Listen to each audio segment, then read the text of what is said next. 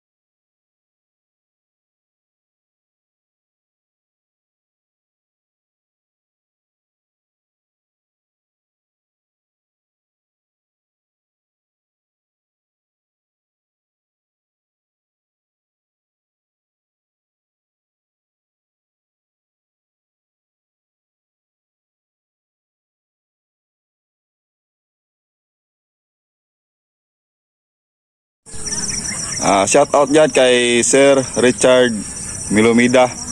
Siya po ang agent ng Bio Gold Foliar Fertilizer. Kung mayroon po kayong gustong itanong sa kanya, just contact him, Richard Milomida, sa kanyang Facebook page. I-add nyo siya sa messenger at mag-message kayo sa kanya.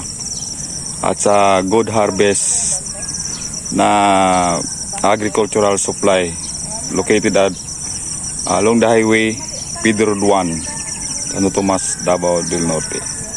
Babu.